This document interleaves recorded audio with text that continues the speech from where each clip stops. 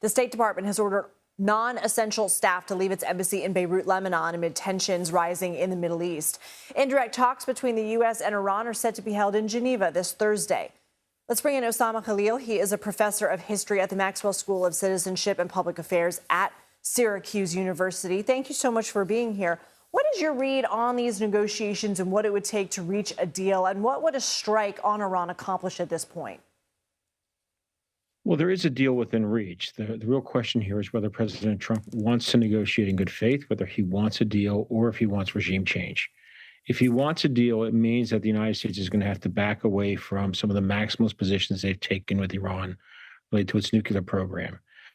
And the Iranians have indicated that they are, including this past week on Face the Nation, that they are willing to have a deal. What they want is their rights to enrich uranium that are guaranteed under the Non-Proliferation Treaty that any country who signed on to the NPT has. But the Trump administration is insisting that there be no enrichment at all. And I think that bridge they need to cross that bridge and meet and decide whether or not they are going to back away from that demand of no enrichment. And if they do, then they can have a deal. If they don't, the Trump White House, then I think we're looking at the potential for a real conflict that could have damaging implications globally and regionally. And two regional officials told CBS News that diplomats had advised Steve Witkoff, the envoy here, to separate Iran's nuclear program from other issues like Tehran's support for militias that target U.S. interests and the regime's ballistic missile supply. But a deal that only addresses Iran's nuclear program we know is unacceptable to Netanyahu of Israel. So are Israel and the U.S. on the same page here? Well, right now it appears they are on the same page. The question is, Israel cannot go it alone. If they wanted to go against Iran, they will need the United States' help in a number of different ways.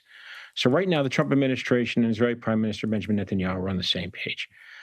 However, that's not going to get a deal done. Iran is not going to be willing to abandon its ballistic missile program, and it may or may not be willing to abandon or distance itself from some of its regional allies.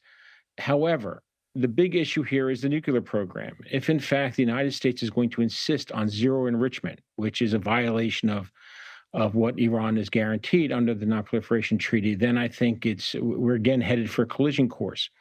I can't emphasize enough, much of this takes us back to 2018 when President Trump in his first term withdrew from the Joint Comprehensive Plan of Action agreement negotiated by President Obama for Iran's nuclear program. He thought he could get a better deal. He adopted a maximum pressure campaign to get a better deal, and he didn't. And this is where we are today. You have Iran that has the capability to keep enriching at high levels. The deal would have prevented that. And in fact, Iran was in compliance.